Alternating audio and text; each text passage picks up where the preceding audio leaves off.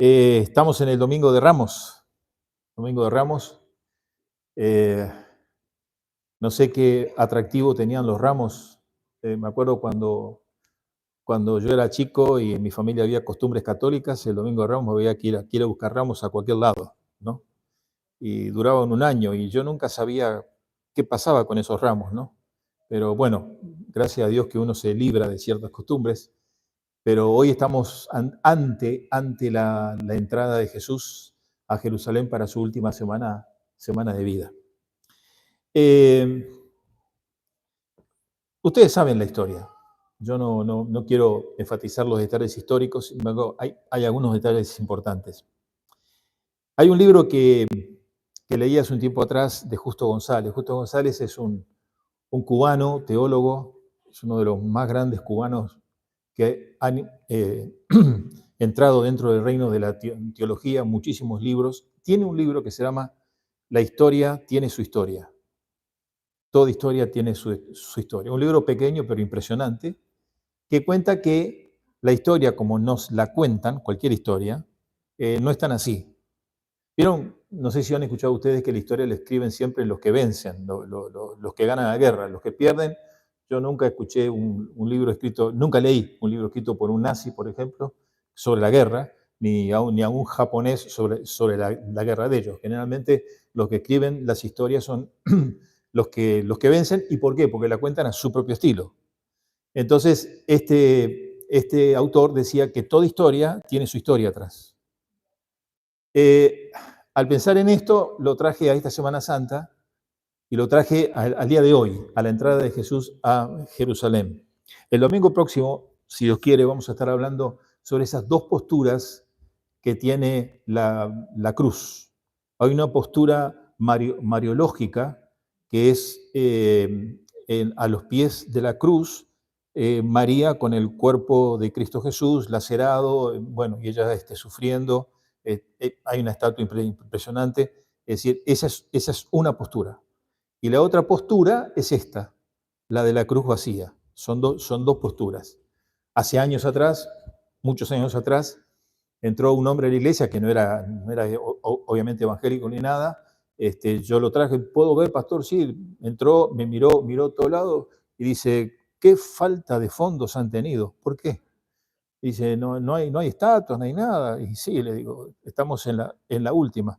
Y hasta la cruz, ni el Cristo está en la cruz. ¡Qué pobreza, pastor! Bueno, ahí le expliqué que no era por falta de fondo, sino que nuestra postura era justamente esa, la cruz vacía. Y son dos posiciones. La mariología, por un lado, la influencia en el sufrimiento que tiene Semana Santa, y por el otro lado, la tumba vacía, la victoria de Cristo Jesús. Son dos posturas y vamos a verla un poco el próximo domingo, pero viene al caso, ¿por qué? Porque la entrada de Jesús en Jerusalén es interpretada muchas veces como el que viene entrando dispuesto a que lo maten. Es decir, el que viene entrando pobremente dispuesto a que lo sacrifiquen. Esa es un poco la idea. Seguro todo apunta a eso. Jesús solo con sus discípulos sobre un burro entrando, y la misma gente que le canta es la que le va a pedir luego a que suelten a Barrabás y que lo crucifiquen a él. Entonces, ahora, sorprendentemente quiero decirles que esta historia tiene otra historia atrás, que es la que vamos a estar viendo ahora. Entonces, si ustedes tienen sus Biblias ahí a mano, vamos a irnos a Juan en el capítulo 12. Bueno, ¿qué pasa días previos a que Jesús entra en Jerusalén? Lo que pasa es, muy importante, es que Jesús está en Betania y que Jesús resucita a Lázaro. Esto es muy importante porque en la resurrección de Lázaro, él demuestra el poder que Dios tiene, obviamente, sobre la muerte y sobre la vida. Va ahí, Lázaro sal fuera, lo desatan y Lázaro vive. Ese milagro fue impresionante, ese milagro fue increíble para mucha gente lo sigue. Entonces, él va de la casa de Lázaro resucitado, va entonces hacia Jerusalén. Bueno, dice el texto allí, 6 días antes de la Pascua vino Jesús a Betania, donde estaba Lázaro, el que había estado muerto, y a quien había resucitado de los muertos. Le hicieron una cena, Marta servía, Lázaro era uno de los que estaban sentados a la mesa, y viene la historia de María con su unción, ¿no es cierto? Y Marta por el otro lado, criticándola a María. Versículo 12, interesante, yo a veces, las cosas cómicas que la historia tiene. Si ustedes leen el versículo 9 al 11, Lázaro resucitado, tendrían que estar contentos todos, resucitó Lázaro, pero no, los fariseos, versículo 10, estaban haciendo planes para matarlo nuevamente a Lázaro. Eso es lo más cómico. Dios bendice, pero este dice, vale mejor muerto que lo que vale vivo, entonces vamos a matarlo otra vez. Ese era el plan que tenían ellos. Siguiente día, dice, grandes multitudes que habían venido a la fiesta, al oír que Jesús venía a Jerusalén, y evidentemente esta resurrección de Lázaro atrajo a mucha gente, tomaron ramas de palmera, salieron a recibirle, clamaban Hosana, bendito el que viene en el nombre del Señor, el Rey de Israel, y halló Jesús un asnillo. En realidad los discípulos van y buscan, y él entra montado sobre el asno este. Vamos a ver otro pasaje paralelo que está en Lucas capítulo 19, que cuenta más o menos la misma historia con algún detalle. Lucas 19, desde el versículo 28 más es la entrada, según Lucas. Lo que agrega Lucas es que mandó a sus discípulos, 2 discípulos, ir a una aldea, y alguien va a tener ahí un pollino atado, y que nadie lo ha montado jamás. Eso es un pequeño detalle importante, y bueno, y traédmelo, ¿no es cierto? Y luego, versículo 41, y es ahí donde la historia tiene otra historia, un versículo profundísimo, profundísimo. ¿Lo ven ahí? Sí. Jesús lloró. Jesús está entrando hacia Jerusalén, mira hacia Jerusalén desde lejos, y Jesús llora. ¿Por qué Jesús llora? Bueno, todos coinciden en decir que Jesús llora porque él ve el futuro de Jerusalén, que a los pocos años, en el año 70, iba a ser destruida por el Imperio Romano en una matanza increíble de gente que hubo allí. Y Jesús llora. Muchos han dicho que esta imagen de Cristo con lágrimas, y luego aquella que él va llevando la cruz. ¿Se acuerdan que va llevando la cruz, y alguien pide que la sangre de él caiga sobre el pueblo? ¿Se acuerdan del texto ese? Si no, lean la de Biblia de vez en cuando. Está ahí el texto.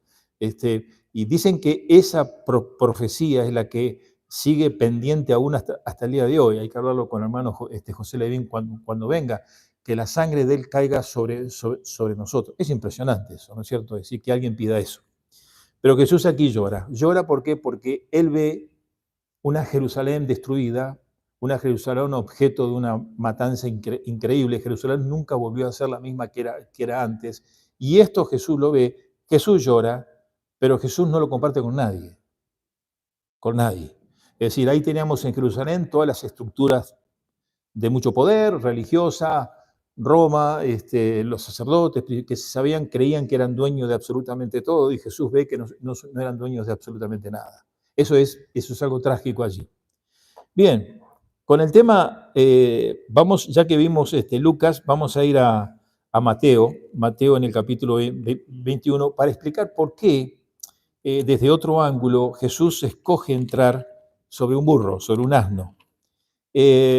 Mateo 21, del versículo 1 al 11, es la entrada triunfal. Pero acá Mateo es el único de todos que incluye que los burros fueron 2, un asna y su cría, y que ponen sus mantos sobre ellos, y Jesús entra. Este tema de que Jesús entra montado sobre un burro, que para nosotros es quizás no nos dice nada, pero nos dice algo. Era en contraposición a que el guerrero entraba siempre sobre un caballo, no sobre un burro. y el guerrero entraba sobre un caballo para traer ¿qué? Guerra, ¿no es cierto? Jesús entraba sobre un asno y la imagen que vamos a verla ahora del Antiguo Testamento era una imagen de que el que entraba en un asno traía paz, no traía guerra. Ahora Jesús va a venir montado sobre un caballo en el Apocalipsis. ¿Ustedes se acuerdan? Va a venir montado sobre un caballo blanco, que usted créalo o no, o piénselo o no, como sea, pero el texto dice eso es un caballo. Jesús viene, pero Él viene en ese momento a traer victoria y guerra contra todos los enemigos del reino. Por eso es que viene montado sobre un caballo blanco. Pero aquí Él venía a traer paz. Esa es la otra historia que no se cuenta. Jesús convulsionó a Jerusalén durante por lo menos una semana, después siguió. Pero lo que quería decir acá es que el deseo de Jesús hacia Jerusalén era que entendiera lo que Él estaba haciendo, que era el plan de la redención y traer paz. Jesús vino a traer paz, todo lo opuesto a lo que hicieron con Él. Ahora, si ustedes buscan en el Antiguo Testamento el libro de Zacarías en el Antiguo Testamento, van a encontrar, vamos a ver dos pasajes interesantes. Zacarías en el capítulo 9, versículo 9, es una profecía bíblica, dice al futuro rey de Sión, y dice, alégrate mucho, hija de Sión, da voces de júbilo, hija de Jerusalén, y aquí tu rey vendrá a ti, justo y salvador, humilde y cabalgando sobre un asno, sobre un pollino, hijo de asna. Esto es una profecía, evidentemente más allá, particularmente quizás 500 años antes de que nazca Cristo. Y si ustedes leen todo el texto, no lo vamos a hacer, ya se había profetizado que el rey de Jerusalén, en este momento Cristo Jesús, iba a entrar sobre un asna. Capítulo 14, este 14, ustedes pueden leer casi todo, donde habla la relación de Jerusalén con las naciones, y él dice, he aquí el día de Jehová viene, esto quiere decir que el día del Mesías viene, y en medio de ti serán repartidos despojos, pero yo reuniré a todas las naciones para combatir contra Jerusalén. Y después dice, versículo 3, después saldrá Jehová y peleará con aquellas naciones como peleó el día de la batalla. Estaba hablando proféticamente. Y se afirmarán sus pies en aquel día sobre el monte de los olivos, que es donde Jesús llora, que está enfrente de Jerusalén al oriente, y el monte de los olivos se partirá en medio, etcétera, etcétera.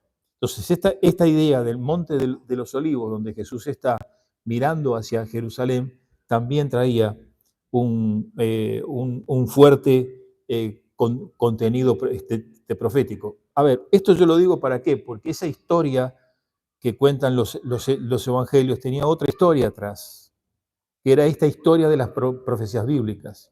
Inclusive, miren qué interesante esto. Vamos al primer libro de Reyes. Primer libro de Reyes. En el capítulo 1 de Reyes se cuenta el traspaso del reino de David hacia su hijo Salomón. Primera de Reyes, capítulo 1. Bien, no vamos a leerlo todo, es muy extenso. Supongo que en esta tarde ustedes en sus casas lo van a leer. Amén. Permítanme tener dudas, pero bueno. David está planificando el traspaso del reino hacia su hijo. Versículo 33 dice, él está hablando con sus líderes, cómo va a ser el tema, y le dice, y el rey les dijo, tomad con vosotros los siervos de vuestro señor, y mira interesante, y montad a Salomón, mi hijo, en mi mula, y llevadlo a Gibón, y allí lo ungirán, bueno, sigue toda la historia, y dice versículo 35, después iréis vosotros detrás de él, y vendrá y se sentará en mi trono, y él reinará por mí, porque a él he escogido para que sea príncipe sobre Israel. Pero ya desde los tiempos, digamos, de los reyes, el ser montado sobre un asno era un mensaje de paz y un mensaje de reino. Si ustedes se van al versículo 38 y 40, descendieron el sacerdote, el profeta y los cereteos y los peleteos y montaron a Salomón en la mula del rey David y lo llevaron a Gibón, y tomando el sacerdote el cuerno del aceite del tabernáculo, ungió a Salomón. Acuérdense ustedes que Jesús fue ungido en la casa de Lázaro, ¿no es cierto? Y le dice, y tocaron trompeta y dijo todo el pueblo, viva el rey Salomón. Y ahí hubo obviamente una fiesta de todo el pueblo porque estaban contentos porque tenían un rey. Pero la ceremonia fue una mula, montado, Salomón entrando y ungido. Lo que Jesús está haciendo justamente es decir, el trasfondo de Jesús entrando a Jerusalén era justamente eso. Y Jesús, ¿hacia dónde va? Bueno, él va hacia la puerta dorada en el templo, esa puerta dorada donde los estudiosos hebreos decían que el Mesías en su momento iba a entrar por la puerta esa. Seguro, ellos esperan y siguen esperando que el Mesías en algún momento vuelva, pero Jesús a propósito entra en la puerta dorada diciendo, yo soy el Mesías, yo soy el Mesías. Es lo mismo que cuando vamos a ver en la cena pascual, esa copa de vino no era cualquier copa, sino era una copa ritual que estaba puesta en un costado de la cena, hasta el día de hoy está, y no la tocan los hebreos. ¿Por qué? Porque esa es la copa de la redención que anuncia que el Mesías ya vino. Entonces la tienen allí, y es la que Jesús toma. Esta es la copa del nuevo pacto, ¿no es cierto? Entonces Jesús va anunciando y va cumpliendo esas profecías, y Jesús... Ahora, lo interesante es que Jesús era dueño de todo esto, era dueño de la historia. Ahí ustedes saben que el pueblo, bueno, cantaron, le tiraron ramas, palmeras, qué sé yo, después hubo 3, 4 días muy convulsos. Jesús echó a los mercaderes del templo, después Jesús tuvo esto y aquello, fue muy convulso todo hasta el juicio, donde la gente, obviamente, como dije antes, elige que Barrabás sea el que sea sacado libre, y ahí Jesús va hacia su muerte, negación de Pedro. Una semana difícil. La pregunta es, ¿puede algún ser estar psicológicamente apto para aguantar una semana así? No. Entonces la pregunta es, ¿cómo Jesús soportó toda la semana esta? Y Jesús yo creo que soportó la semana esta porque Él era el dueño de esa historia. Él era el que controlaba la historia esa. Jesús dice, nadie me quita la vida, sino que yo la pongo, ¿y qué más? Y la vuelvo a tomar. Impresionante, en medio de todo esto, Roma, sus ejércitos, Judas que lo niega, lo van a tomar preso con una escolta impresionante de gente. Jesús le dice a sus discípulos, nadie me quita la vida, yo la pongo. Yo soy dueño de mi vida, yo la pongo como se me antoja, y no solamente la pongo, sino que la vuelvo a tomar. Entonces, lo que me enseña a mí, un domingo mal llamado o bien llamado de Ramos, lo que me enseña a mí es que Jesús entra con una carga impresionante sobre aquella ciudad que lo había rechazado, y Jesús viene para traer paz. Entonces, el primer punto que hay que saber, hermanos, es que Dios está en control de la historia, y ahora ampliando esto, Dios está en control de su historia también, de su vida. ¿Por qué le pasan las cosas que le pasan a usted? No sé si alguna vez se puso a cuestionar eso. ¿Por qué me pasa a mí esto? Quiero decirle que no va a tener respuestas. La única respuesta es Jesús está en control de mi historia también. ¿Por qué yo estoy acá? ¿Por qué yo no estoy allá? Porque yo estoy en control, Jesús está en control de mi historia. Y no se olvide, hermano. Yo no sé qué, siempre digo, no sé qué puede pasar en una semana, pero cualquier cosa que nos pase a todos en una semana, más allá del shock inicial, yo tengo que sentarme y decirme, también Jesús es dueño de esto. También Jesús es dueño de esto. Jesús sabía todo lo que iba a pasar en Semana Santa. Sabía. A mí me encanta la historia de la negación de Pedro. A mí me llena de algo, ¿no? Jesús le anuncia a Pedro que lo iba a negar, y Jesús dice, no, nunca, yo te voy a negar? Pedro dice, ¿no?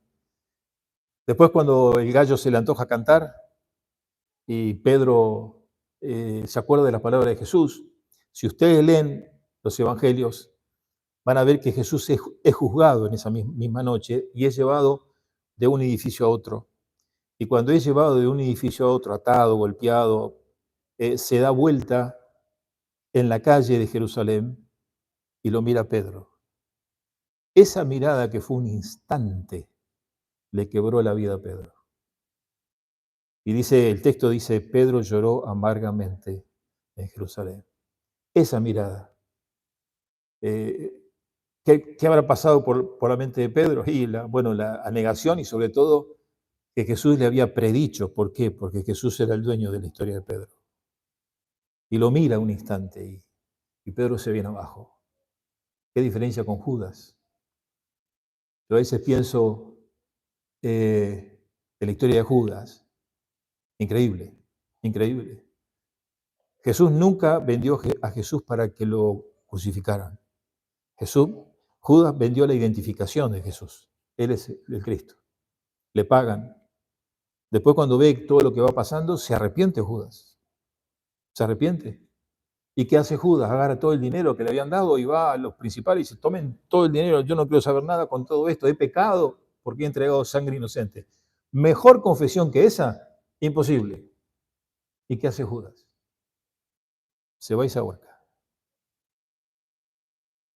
¿Qué pasó? ¿Acaso no confesó su pecado? Sí, lo confesó. ¿Y qué pasó? Lo confesó ante las personas equivocadas. Si Judas hubiera ido a Jesús de alguna manera, hubiera dicho, mira, yo pequé, o a Dios. Pero Judas confesó su pecado a las personas equivocadas. Que hecho sea de paso, nuestros pecados, ¿a quién se los confesamos? En cambio, Pedro quizá fue peor. Pedro lo niega, cobardemente. Y después una mirada de Jesús le destrozó la vida. Y ahí Pedro nunca más fue el mismo. Cuando Jesús nos mira, nuestras historias se ven abajo.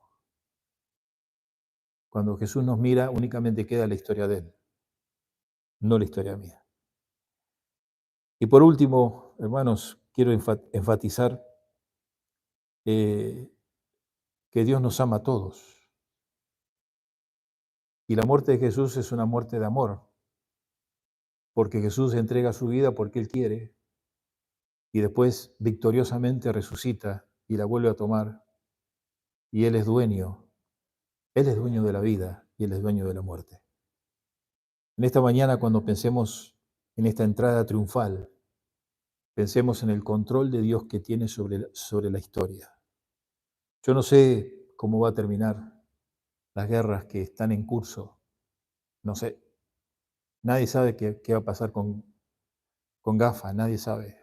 Nadie sabe qué va a pasar en Ucrania, nadie sabe. Pero evidentemente hay alguien que está en control de la historia esta.